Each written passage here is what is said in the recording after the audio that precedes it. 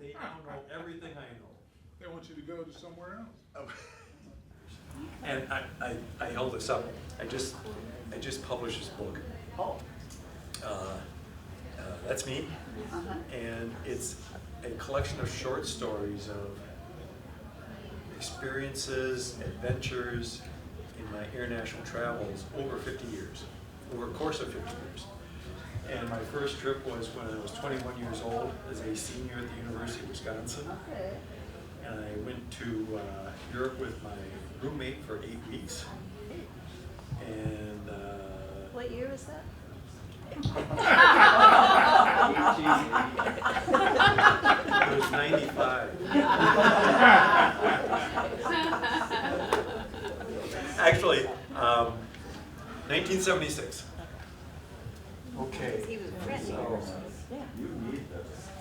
let's get this party started. Did you ever finish your PhD with the path to your? All right. Hello. Hopefully you can all hear me. Okay, so who hasn't been at one of my presentations? I know you haven't. Okay, all right, welcome. As I said, this is about my 5th or 6th or 7th, somewhere in there, presentation. I have a series of 18, so a lot of places to talk about. And my name is Joe Fahey. I'm from the Belleville Faheys, not the Janesville or Oregon or Fitchburg or Madison. They're all different breeds of cat. What about the movie star? Nope, not him either. Okay. The lawnmower man. Yeah. Yeah, I was in the lawnmower business. Go figure. So anyway, so just as a little bit of background, I from Belleville, went to school in Madison, and I recently retired after 40 plus years in the corporate world. And really, that's surviving if you can handle the corporate world that long. And so I've retired. I moved to I've lived all over the country, and literally the 4 corners of the country. And I retired in Verona. And once I retired, I had to figure out, okay, now what? For those of you who have retired, it's always a big question. That first day you don't go to work, so now what am I gonna do? So I cut grass for the university for a couple of summers, and I found that making tall grass short isn't all that exciting. And so I figured, you know what? I've been traveling I was in international marketing, so I worked for a Japanese company. I travel all over the world. I've got thousands of pictures. Why don't I do something with that? Why don't I share the experiences that I've garnered? So I've been doing that for about 3 years. I've given over 200 of these presentations. So, and I try not to stand in front of the audience. And so I had one day one of my sons said, well, why don't you do a podcast? Podcast. Okay, so now I'm podcasting. He wasn't so dumb. Well, you have to go to my website, or you can just go to Spotify.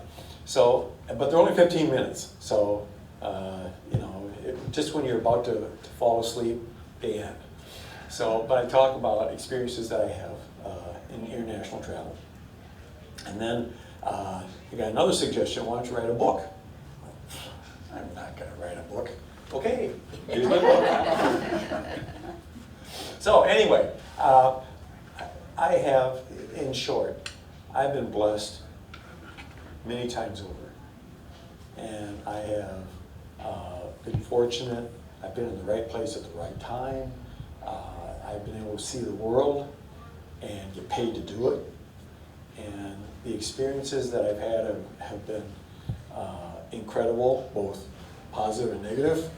And so I look at this as an opportunity to just share with people with curious minds.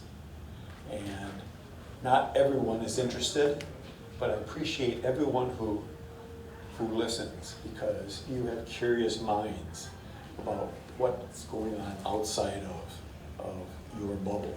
So anyway, thank you for being here. And so today's topic is Singapore. Okay, now who's been to Singapore? What? Nobody? Okay, that was a trick question. Because Singapore, you ever hear the expression, you can't get there from here? I think they were thinking about Singapore, because it's literally on the other side of the planet. And it's hard to get to, and it takes a long time to get back. But the reason I went there was we had some friends who were expats there, and they said, come over, because we're leaving in December. If you don't come now, it's not going to happen. So we went to visit, and as soon as we got there, they said, oh, by the way, we've been extended.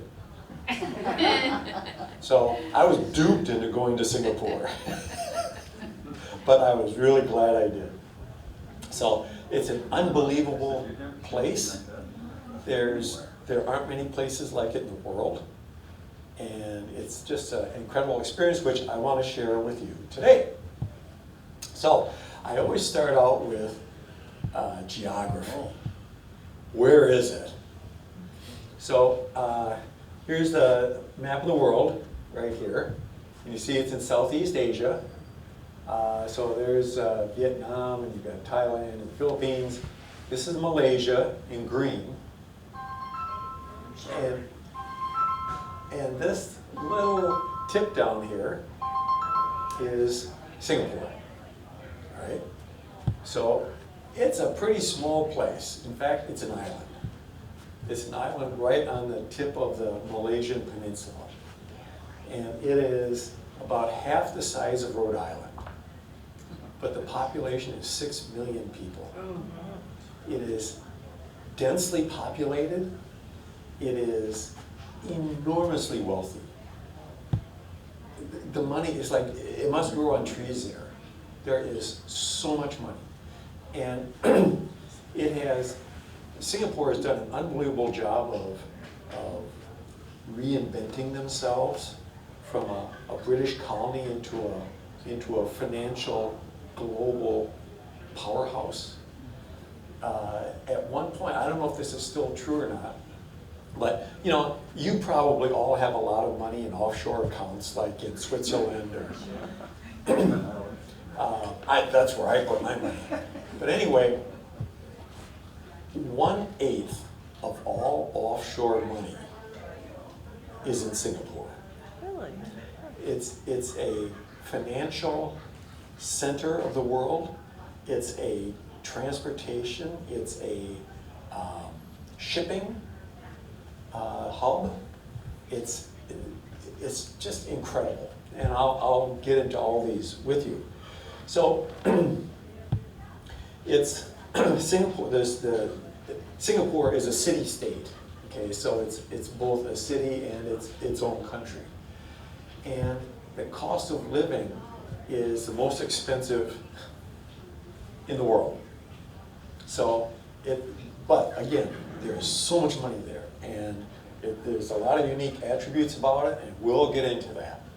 So of course that leads us to the Silk Road, which, okay, that's not a natural transition, but at one point I was learning about the Silk Road, and you remember from like the 12th century probably, from China to the west, where that was a trading route.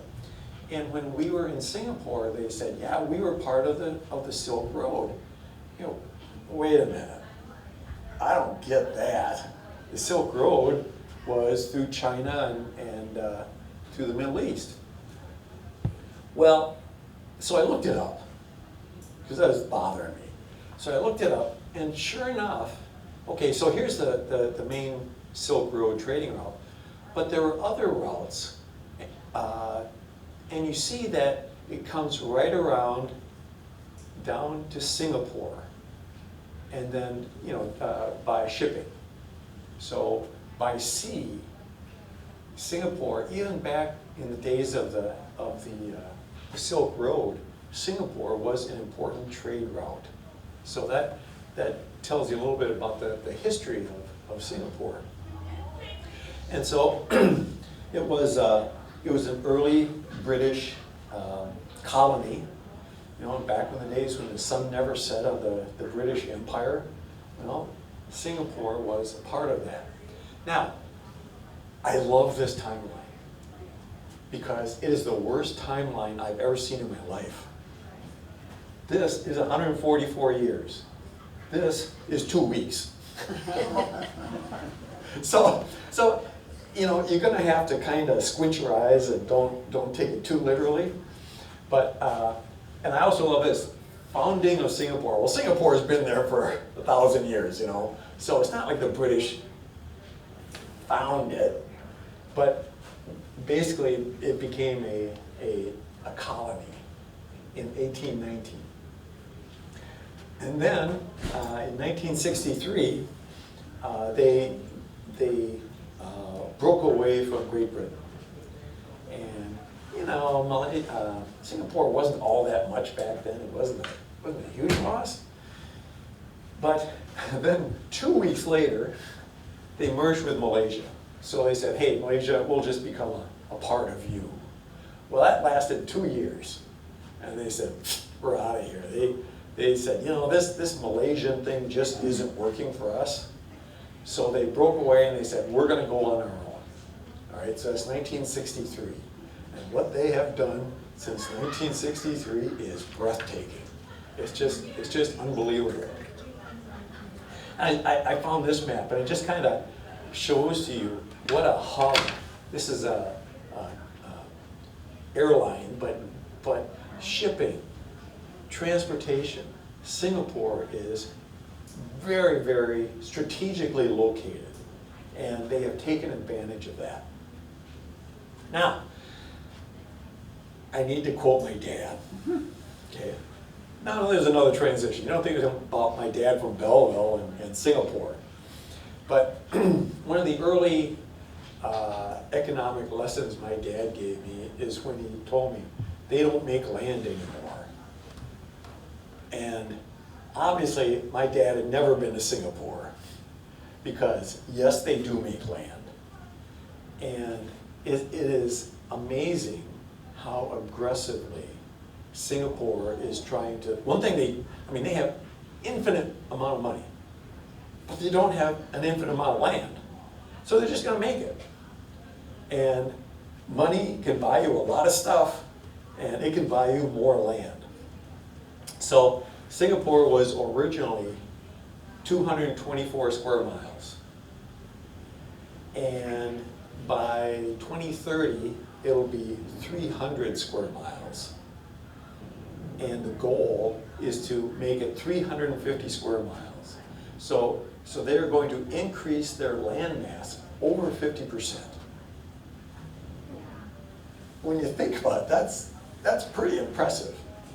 And this map shows, where, and it's on the coasts, obviously, and kind of the strategy on how they're going to get more land. So how do they do that? Well, what you do is you go to the coast and you dump in a lot of rocks and concrete, create a base, and then you dump a lot of sand on it and build it up until it comes out of the water. Well, this requires a lot of sand.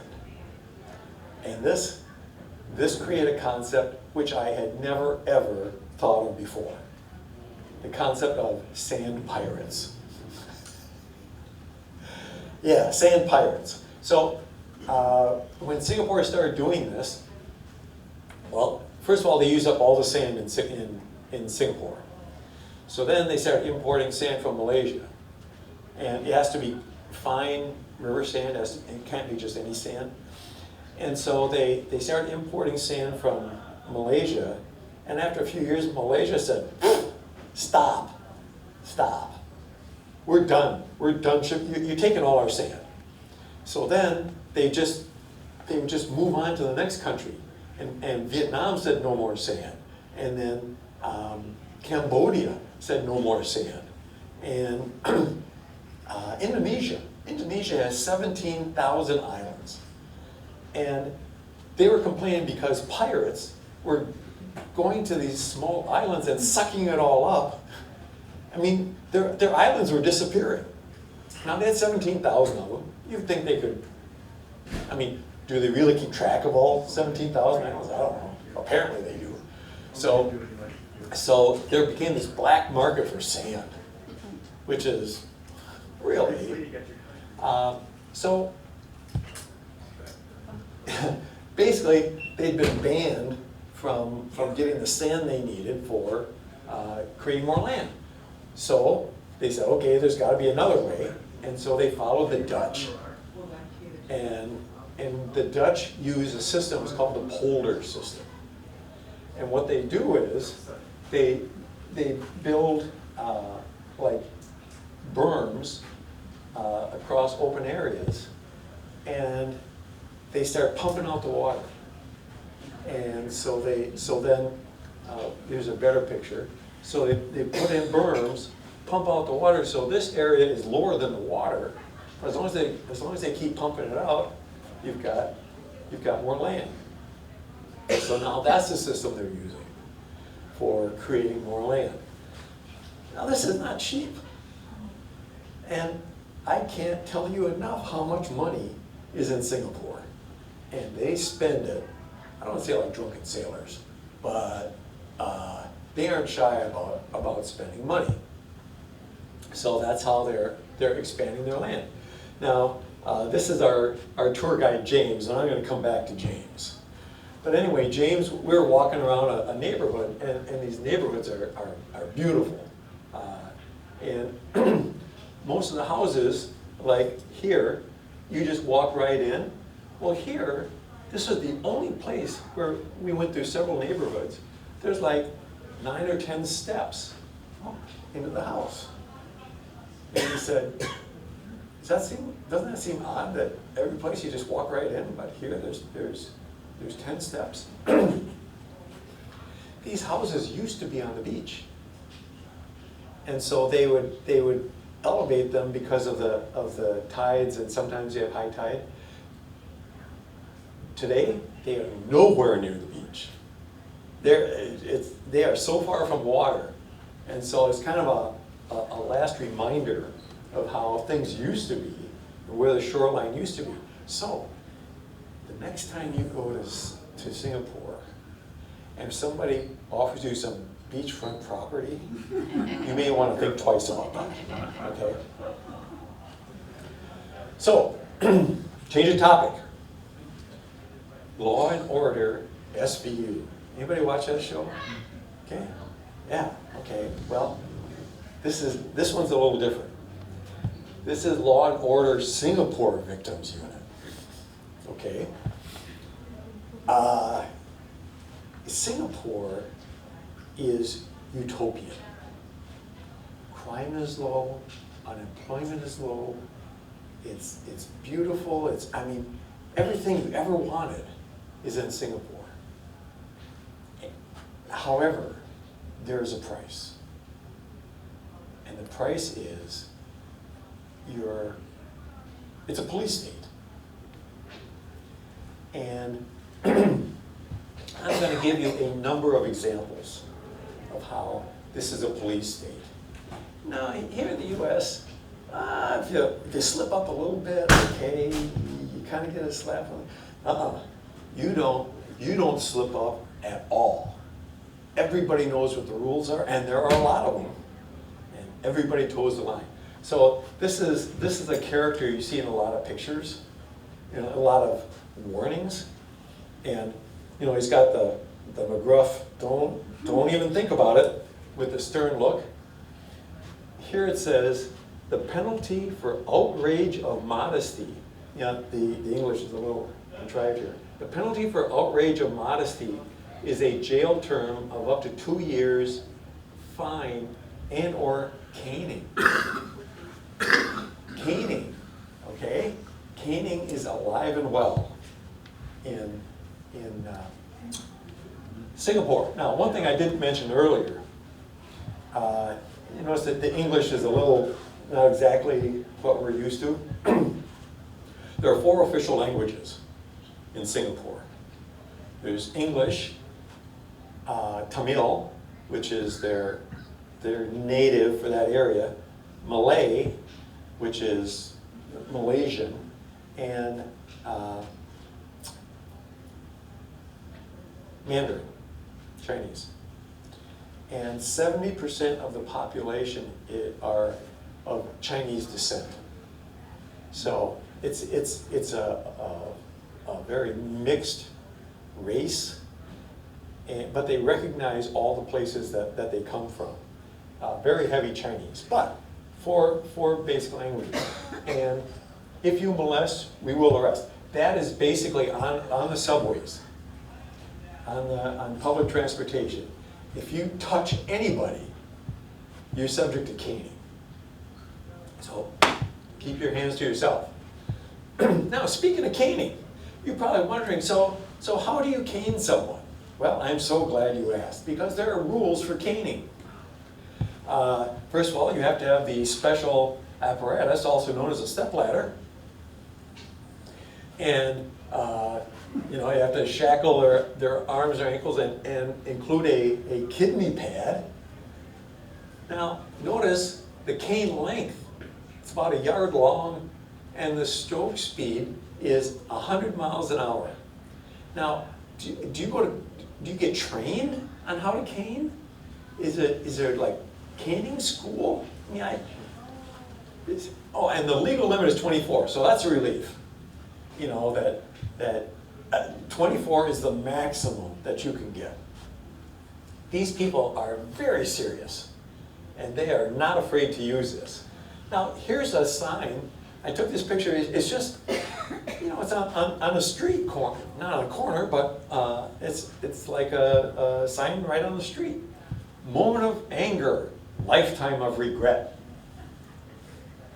Punishment for voluntarily causing hurt, imprisonment of up to 2 years and/or fine of up to $5,000. I mean, the reminders are constant to just behave yourself, don't cross the line, and you get to live here in utopia. It's almost like a movie. I can't think of one right now, but I think we've all seen movies about utopian environments.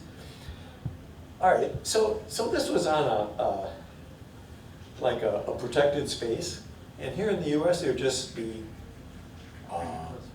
no trespassing, stay out. Here it's a gun pointed in the guy's face. Okay, if you can't speak English or Malay or Mandarin or any of these 4 languages, at least you get the message.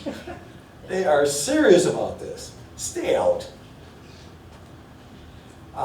This is in a food court.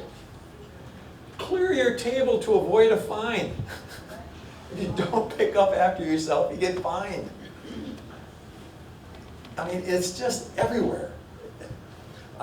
So this warning was on the subway, and this symbol is for the mass transportation.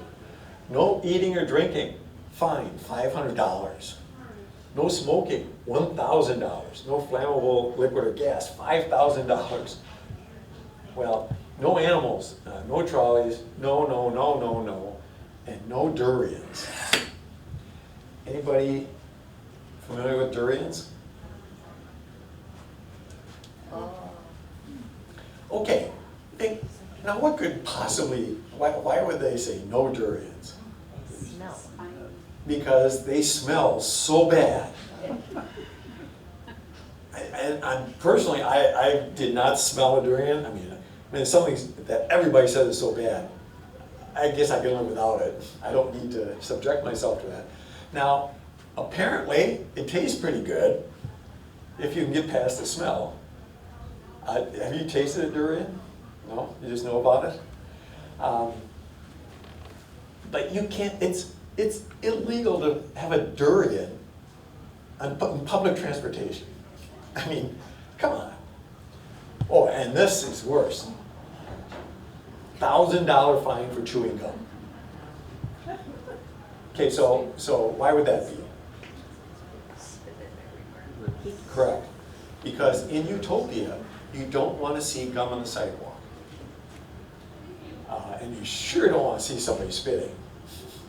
So again,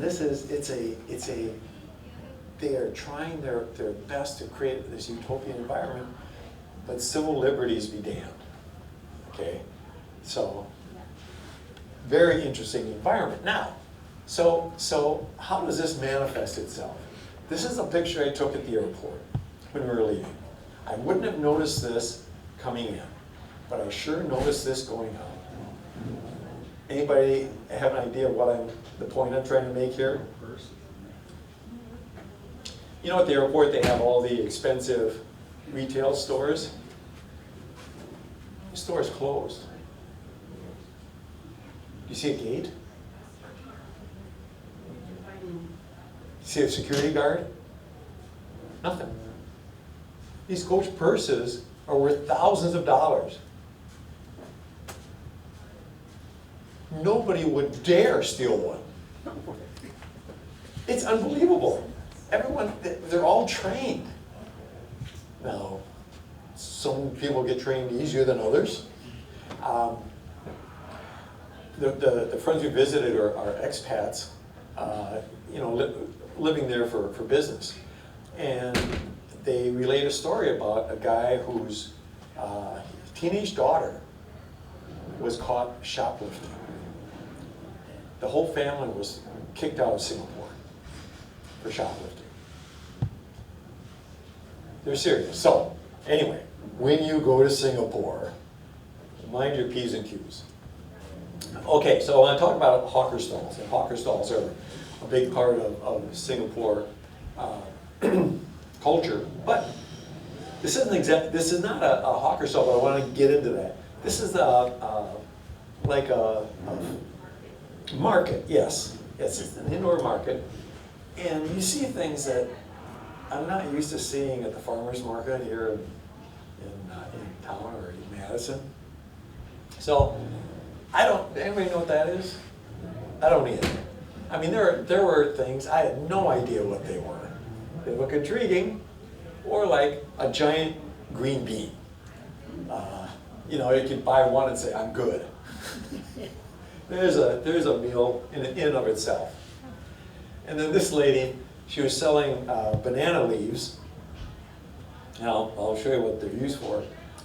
But she was so scary, I was not going to buy a banana leaf from her. Now, anybody like shark fin soup? Well, in order to get shark fins, you gotta buy a shark. So, I had never seen just a pile of sharks before in order to make your shark fin soup. Now, hawker stalls. Singapore is famous for hawker stalls, and basically we would just call them a food court, right? Just simply a food court, and it's a lot like what we see. It's different food places, all independent of each other, and these are all family owned. Now, this is a picture from the 70s, and nothing's really changed. There's all these food providers, and then an open area for eating. And they're typically family run and very popular. And what's kind of bizarre about it is it's cheap. It's cheap food. You think, this is the most expensive place in the world, and yet you go to hawker stalls and the food is cheap. Well, apparently there's pressure from the government to keep it that way. And the family is saying, hey, wait a minute. Why do we have to keep our food prices so low? And so that's kind of an ongoing debate there. But the fact of the matter is, there's over 100 hawker stalls. And hawker stalls being the whole food court. Over 100 of them. throughout Singapore, and they are vastly popular. And here's an example of, and they're all different ethnicities, all different types of foods, really, really spectacular. Now, speaking of food, now what's the last thing that you would do? One of the last things you would do if you go to Singapore. You wouldn't do the dine and dash. That would probably get you canned. But here is dining and dashing Singapore style. And this was a bike tour that we went on. And this is a good buddy, James. So James was our leader. And basically it was, everybody gets a bike, and you go down the street, and he takes you to different hawker stalls, and you try one thing. And he's got the whole route figured out. And by the way, he goes through historic neighborhoods, and I showed you the area that used to be near the beach, and he shows you where the Chinese neighborhoods used to be. And anyway, there was, so we'd get on these little bikes, and James would lead us through neighborhoods and to different hawker stalls. Now, some of the foods, we started with dessert. I think he went backwards, but anyway, we started with dessert, and it was a coconut. It's very sweet with on the inside was really sweet. It's really good. I'm not a big coconut fan, but I liked it. This was a meat puff, which was really filling. After that, I didn't need anything else, but I did anyway. Here, this is sliced chicken breast with rice and dipping sauce. Now, this is the national dish of Singapore. Does anybody know what it's called? It's called chicken rice. That is the most boring name I've ever heard, especially for an exotic place like Singapore. Can't you come up with a better dish than chicken rice? On the plane home, they serve chicken rice. So, I mean, it's good, but it's pretty boring. Next, we stopped at a place that had fish paste. We'll just move on to the next one. Now, this was something I've never seen in Wisconsin or anywhere else. It's a donut that's deep fried with a shrimp. So it's a donut with a crackly crunch. But please note the chili next to it. Now, there's a couple things I don't do. One is eat chilies, and the other is drink coffee. So everybody else was eating their chili, and I thought, okay, I'm not going to be that guy. I'm going to do what I'm told. I'm going to eat. So I took a big bite out of that chili, and I started drinking coffee like there is no tomorrow. First time I've ever had coffee. Boy, it was tasting good at the moment. And then I mentioned the lady who was angrily selling banana leaves. Well, this is like an empanada that's wrapped in a banana leaf and then steamed. James, who was our guide, he bought about a dozen of them to take home because they are so good. So it was a great opportunity to taste the cuisine and see the city, and this is the group we're in, and this is they were all Australian and us. It was close enough to Australia. Australians love to leave Australia. They are really serious travelers, and when they go, they mean it. But so here we are enjoying our chicken rice, and so then James said, next we go to 5-star restaurant. James no lie. That was his tagline is James no lie.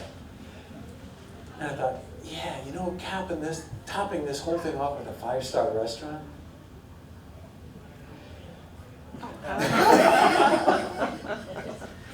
Well, technically he didn't lie. because yes, we did go to 5-star restaurant where you could get kampong chicken to take away. So anyway, we took a picture.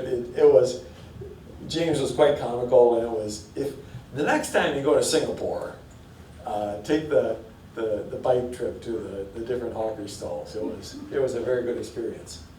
Now, you cannot talk about Singapore without mentioning Marina Bay Sands Hotel.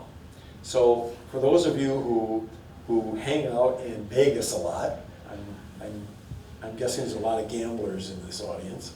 You know the Sands Hotel. Actually, I think it's been torn down, but famous for decades, the Sands Hotel. Well, this is the same Sands company. They built the Marina Bay Sands Hotel. It is spectacular beyond comprehension. This is the landmark of Singapore. If you see a picture of Singapore, like I had in the opening slide, it's a Marina Bay Sands Hotel. And it was completed in 2010, I think, for a mere $7 billion. It's 55 stories of hotel rooms, 2,500 rooms. It's the world's largest casino. It's very opulent. And it has what looks like a boat sitting on top. This is the world's largest cantilevered building. It just hangs out over nothing. And up there is a restaurant, which we'll go to. Now, okay, see there's 3 towers. Now, they're planning on adding a 4th tower to start construction this past June. And when we were there, they said, yeah, in 2025, we're going to start on the 4th tower. And so this was the plan. However, I looked it up, they changed the plan.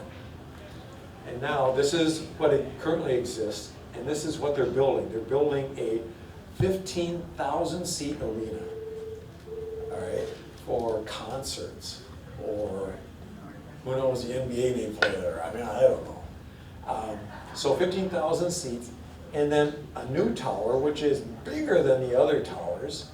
And the rooms are, what they say is that the rooms are going to be more plush, larger, more opulent, and you get a higher level of service. Now, what's a higher level of service? You know, the cost of staying there is going to be unimaginable. So they've broken ground, they've started. This is another $8 billion. So they're going to have $15 billion. Notice we're talking billions now. It used to be million was a big number. Now billion's a big number. Once in a while you get a trillion. So that's what's going on with the hotel. Now, that I mentioned there was a restaurant, open air restaurant. It's Spago. Wolfgang Puck has a Spago restaurant up top. So we had dinner. What an incredible view. And so this is a 180 degree on my iPhone, just of the view that you have. This one, the 57th story, overlooking the bay. And you see that there's botanical gardens here. Here are gardens by the bay. And here's a close-up. First of all, you notice all these ships. I mentioned that Singapore is a trading post or location, and I was told that at any one time there may be 1,000 ships either waiting to unload or having just or in port, let's put it that way. 1,000 ships all over the world. They're coming to Singapore to offload and move. I mean, it's a gateway to Asia, basically. Gateway to Southern Asia, let's put it that way. And then notice this down here. Everything in Singapore is over the top. It's just spectacular for spectacular's sake. So these are basically metal trees.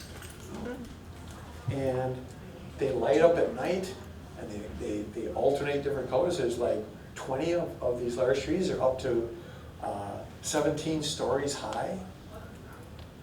And it's just one more thing. I mean, Singapore doesn't need one more thing, but they have lots of one more things. It's just spectacular. And then you've got the Marina Bay Sands in the background. And as we were leaving, I took this picture. There's a 500-foot infinity pool on the top.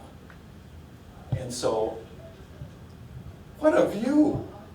While you're taking your midnight dip, everything is over the top in Singapore. Now, here's a bit of history from Singapore. Anyone familiar with the Battle Box? Okay, me either. So I was not familiar with the Battle Box, but it's pretty interesting. Battle Box refers to an underground bunker at the British fort, Fort Canning, during World War II. Okay. Now, in World War II, right at the beginning, the Japanese, their goal was to take Singapore, once again, because of its strategic location. So, does this date look familiar to anyone? It's the day after Pearl Harbor. You think this is accidental? I doubt it. So, we don't hear about this, or we don't, I mean, we're so focused on Pearl Harbor, I don't, okay, I'm gonna talk about me. I wasn't aware that the Japanese invaded Malaysia, but the sole purpose was to get to Singapore. And the British had so many ships and guns there that the only way to get there was on land, because they weren't prepared for that. So it took them, they came in through Thailand, and it took them 2 months to go the whole length of the peninsula. Much faster. I mean, the British knew they were coming, but they didn't know they were coming that fast. In fact, it was so fast that the troops couldn't keep up with the armored vehicles, so they had to steal bicycles to keep up. They were moving through the Malaysian peninsula so fast. So they took, basically, they cut off all supplies, and Singapore surrendered in a couple days once the Japanese got there. And this was a photo op taken by the Japanese to send back to Japan. You know, we have this great victory, and they made General Percival Arthur carry the flag in submission. 80,000 soldiers surrendered. The largest surrender ever by the British. 80,000. Most of them did not survive the war for a variety of reasons. But the Battle Box was, they figured they had this, it was underground, it was, you know, if we're invaded, this is where the military operations were going to be. And it was huge. This is all underground. And they had, these are dioramas with you know, showing mannequins with what would have happened then. But this is in Fort Canning, and the Battle Box is really impressive, but it didn't work at all. You know, when you're surrounded and your supplies are cut off, it doesn't matter how well protected you are, you're done. So again, it was only a few days, and the British surrendered. Now, this is in a botanical garden, and they had forced labor of the British soldiers, and part of it was making bricks and public works in Singapore. And there's a sign right by those steps saying that the prisoners of war made these bricks. And you could tell because they would put this mark in the brick. And that was indicated, this was made in protest by prisoners. And I took this is just a picture I took of bricks in those steps. That these were made by the prisoners, and those steps were made by prisoners. Now, next, Raffles Hotel. I talked about the Marina Bay Sands, huge, and it's symbolic, symbolic of Singapore, modern Singapore. The Raffles Hotel is colonial, and so it represents the colonial days of Singapore. And it's named after Sir Thomas Raffles, who was the first governor, British governor of Singapore. And so Raffles, you see the Raffles name all over, so it's pretty common. So the Raffles Hotel, it's all white, it's again, colonial. This is a picture from the 1880s when it was built. The address is on Water Street, and they have a great view. Water is nowhere near it now. So it's kind of weird being on Water Street and okay, where is it? It's a long way from Raffles Hotel. They were told they were buying beachfront property. So don't fall for that. Very cool. They have the Sikh doorman with their fully dress uniforms. And so we walked past the Sikh doorman and went in the front door, and the lobby was spectacular. And we have a lady playing a harp, and I took this picture, and we were promptly invited to leave. Apparently, they looked at me and said, I don't think he's staying here. I think that's profiling. It costs $1,000 a night to stay there, but every room gets its own 24/7 valet. Okay, is that worth $1,000? I don't know. So we were very professionally invited to leave. So, however, if you want to experience the Raffles Hotel, you can go around back to the bar. Not through, you can go around back to the long bar. Well, the long bar, that has history in and of itself. So you may want to ask about the long bar. That is a very famous bar, and this goes back to 1915, and a very famous drink was invented there. And now some of you should be able to come up with what drink that is. Singapore Sling. Correct. Singapore Sling. That was this guy right here. He said, I'm the guy who invented the Singapore sling. And I looked up all the ingredients. Oh, jeez. How'd you come up with that? But they're pretty tasty. So anyway, so the story goes, he invented the Singapore sling. I remember when I was in college, it was kind of a cool thing to have a Singapore sling, and then I hadn't heard of one for a couple of decades.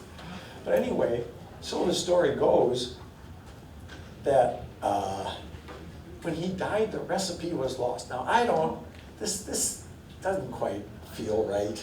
I mean, you sell millions of them and then everybody forgot how to make them. So much. So a few decades later, some guy concocted, he thinks he recreated the Singapore sling, and so it came back. Okay, fine. Apparently this machine is used to crank out Singapore. I have no idea what it does. None. But it cranks out Singapore slings.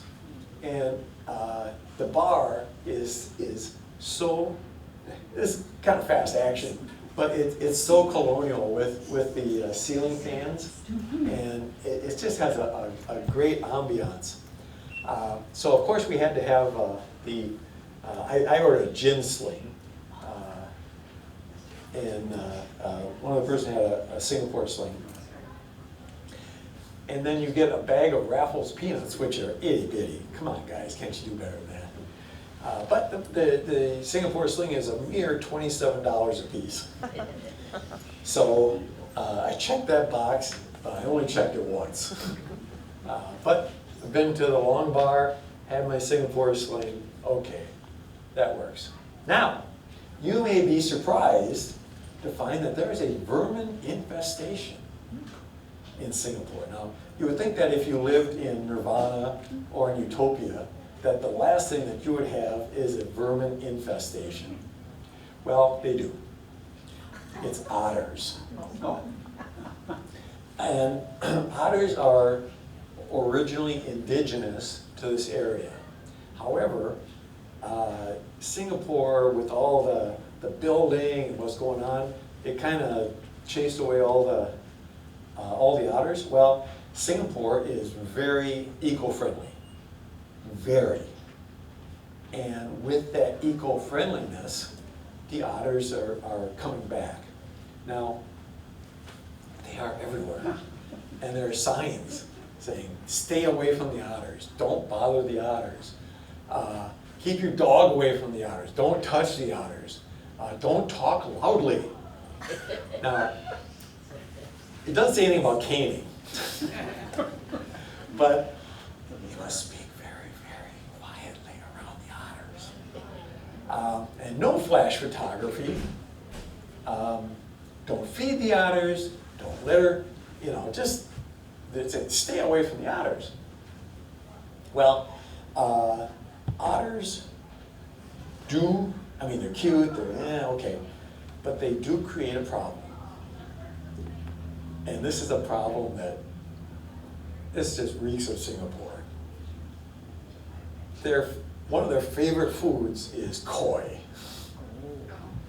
And, when you live in the tropics, and then they have all these koi ponds, well, the place we were staying at had a koi pond, but it had a wire fence about this high, like a chicken wire. Oh, that looks awful. Now, you think, okay, so you lose it. Let's face it, they're just carp. So you think, well, okay, you lose a koi or two. A large koi costs up to $10,000. Yeah. A colorful carp is very expensive, and so, yeah, they're kind of creating problems. So anyway, so when you go to Singapore, speak very softly. Now, Singapore is hot. It's really hot. And I was there at Thanksgiving. And it was hot and humid. And so money is no issue here. And they believe in technology. They believe in ecology. So they've created this cooling system, and they run it through all these buildings. What they found is that the temperature in town with all the concrete is typically 12 degrees higher than it is, say, outside of town where there's vegetation. 12 degrees is a lot. So they have a fascinating rule there. Well, they have a lot of rules, but one of the fascinating rules is that when you put up a building, you have to, at a minimum, duplicate the green space that you displaced. Now, you could have a garden on top, and that would technically count. But you see a lot of buildings like this, where they have green space on each floor in order to, if nothing else, help hold the heat down. So, very interesting, their use of water and green space, very focused on ecology. So Singapore is a land of such extremes. And it's an amazing thing to observe. Now, finally, and I do mean finally, after a long, hot day in Singapore, and I thought for sure that I had stumbled across a mass murder. Well, I didn't know that they took siestas. So this is a construction crew. They're just plain laid out over the noon hour and catching a few winks on the concrete. But you know, you I don't know, you get so jaded when you see a lot of bodies laying around. This can't be good. So kind of an interesting thing to stumble across. So that's Singapore. That's okay. Singapore, according to me. So it was an incredible experience. Maybe a little bit like Hong Kong, but I don't think there's any place like it in the world. And your son is very fortunate to be able to experience this as long as he follows the rules. But it was an incredible thing to see, and I'm glad I have the opportunity to be able to share this experience of this culture. Any questions? I knew it. Yes, sir. I even waited for you to get finished before I'd have had my hand up 10 times. You told me about the all the rules and being caned and stuff. I was going to ask you about that because I'd heard that on dropping take a piece of gum and put it in your mouth and drop the paper. I said you could get caned for doing that. I'd heard. And but my question was, were they, say when they started like in 1829, you said? 1819. 1819. Were they rich then? No. Because I was going to ask you why, if they were rich all those years till 65, and maybe even after 65, that somebody didn't come over and say, well, we're going to help these poor people and take it over, like China or or Malaysia, saying they're starting a war with us, we're going to go take over all their land. Well, I can't believe that size of people could keep their place to them. Well, until recent history, they were a port, they were a trading community, outlet, let's put it that way. And so when they were a British colony, they were strategically located. They had a military base there. You could, they had value from that perspective. But it's just in the last, ever since they broke away from Malaysia, and they decided, okay, what kind of government are we going to have? And the government decided this is the direction we're going to go. And they made themselves into what they are today. They were not like that prior to splitting off from Malaysia. Malaysia would never let them go if that was the case. Is the movie Crazy Rich Asians pretty accurate? I think so. Okay. Yeah, I mean, there's money. Okay, so here's an example. Here, I was watching a program. It was like on PBS or something, and it interviewed 3 young people in Singapore, and I'd say 30-ish, and they weren't crazy rich.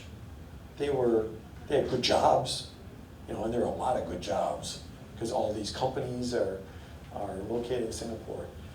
And the interview was fascinating because they made references to their housekeepers and their servants. And one guy, and they weren't even being facetious. One guy says, well, I never get up to get a drink of water. I have somebody bring it to me. Now these are 30-somethings. And so they have this lifestyle which we can't really comprehend. And so the interviewer then asked them about, okay, so do you feel badly about your loss of civil liberties? And no, it's okay. They consciously say that they would rather have no crime, great economy, personal servants, and give up certain, like the ability to chew gum, to eat durians wherever you want. They're willing to make that trade-off. And it's really an interesting study in human behavior. You know, life's a trade-off, and they're saying that's a trade-off worth having. So yes, there is crazy rich Asians is, yeah. Yes. I had one more, just real quick, you brought it up to me right now. Do they have to, and I'm not being impolite, do they import people in to be the servants? The way you were talking, I was thinking that the low people there made $100,000 a year and were embarrassed they only made $100,000 a year. I think so. I don't fully understand that segment of the culture. I don't know if they have subsidized housing. I don't know, so I can't really answer your question. I see. But it's not like there's poverty. There's no poverty. So whether they're paid a lot or if there's, I don't know. I didn't mean to slave, but if they were from a really poor family in southern Malaysia, they'd come over and work for a lot less or something. What I was wondering. Yeah. So does your friends have servants? No. Oh, they do? No. No, they didn't. You know, they have the same values. I mean, they've been there for they've lived there twice for a total of about 8 or 9 years. So, but what's interesting, they had a very nice apartment. And it was a 3-bedroom apartment, I think. Very nice. But they were moving in a couple months because he said the rent was going up to $8,000 a month. Okay, it is so expensive to live there. So you can only imagine, and all the multinational companies have offices there, so you can only imagine what payroll is like, and everything is just out of whack with what we're used to. And so it's the rules of economics and the things that we're very accustomed to. It's really a kind of an artificial environment there, as we would see it. I mean, maybe we're artificial, I don't know. They were ugly Americans. That's what I was gonna ask. There's some of that, yeah. Yeah. And I tell you, I use that term in, did I tell you I wrote a book? Anyway, I use that term in the book because anybody remember the movie, The Ugly American? Yes, sir. That was from the early 60s? I believe, or late 50s, I wasn't sure. Okay. And that's a term that I've always used. I do not want to be an ugly American. And I have seen a lot of them. Yes. Bad behavior in foreign countries. And I did not want that label. And so, yeah, ugly American. There are plenty of ugly Americans out there. Thank you very much. I really appreciate you coming.